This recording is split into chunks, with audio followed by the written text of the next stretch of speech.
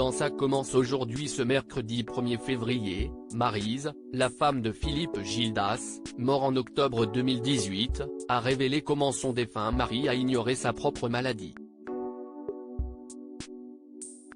Elle pense encore énormément à lui. Maryse Gildas, épouse et veuve de Philippe Gildas, mort le 28 octobre 2018 à l'âge de 82 ans, était l'invitée de Ça commence aujourd'hui sur France 2 ce mercredi 1er février.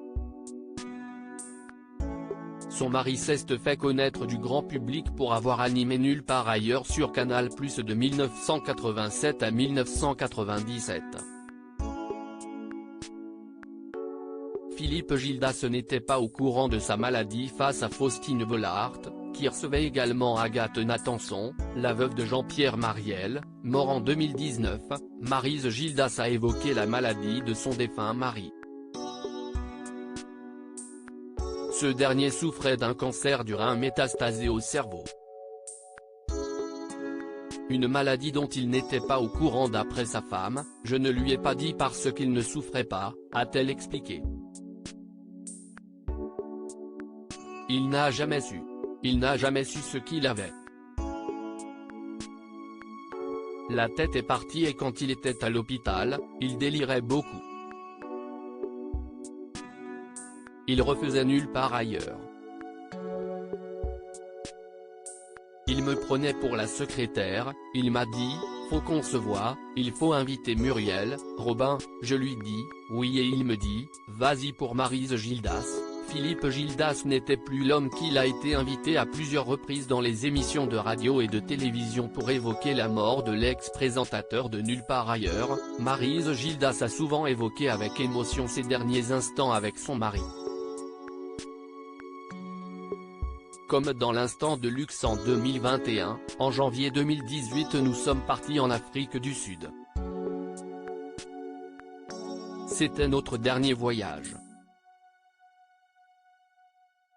Il mangeait très peu, je sais qu'il voulait un peu perdre. Je ne faisais pas trop attention.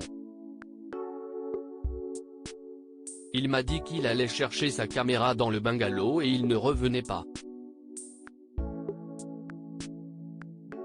Là je me suis rendu compte qu'il perdait la notion du temps et un peu de l'orientation.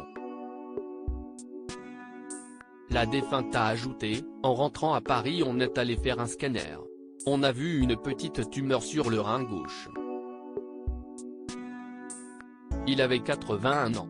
Je n'étais pas tellement affolé à ce moment-là.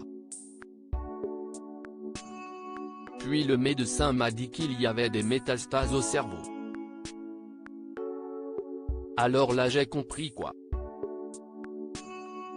Il est parti tout doucement, je n'ai même pas l'impression qu'il a souffert.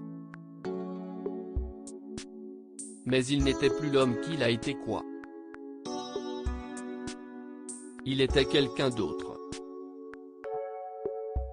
Il s'est évanoui et le 28 octobre il est parti. À lire aussi Maryse Gildas très émue en évoquant le décès de son mari Philippe Gildas, la fin a été très dure.